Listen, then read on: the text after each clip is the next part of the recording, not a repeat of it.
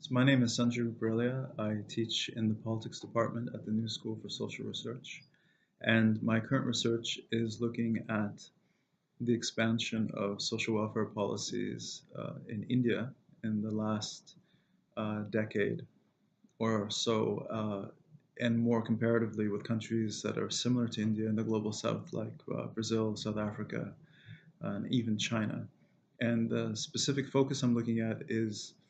why the language of rights and constitutionalism has become very important in these movements, as well as demands for greater political transparency, which is quite different compared to earlier movements to expand social welfare in the North and South, which really focused on traditional labor mobilization through unions and left wing parties. Um, I think it's pretty significant, these new developments, because a lot of figures on the left in particular are quite suspicious of the language of rights and the use of courts and demands for transparency in the last 25, 30 years, seeing it very much as symptomatic of a neoliberal economic agenda. And I think there's probably good reason to think that in the North, the advanced industrialized countries of the North Atlantic. But in the South, I think it's far more complicated and interesting, where a lot of these demands for or the use of the language of constitutionalism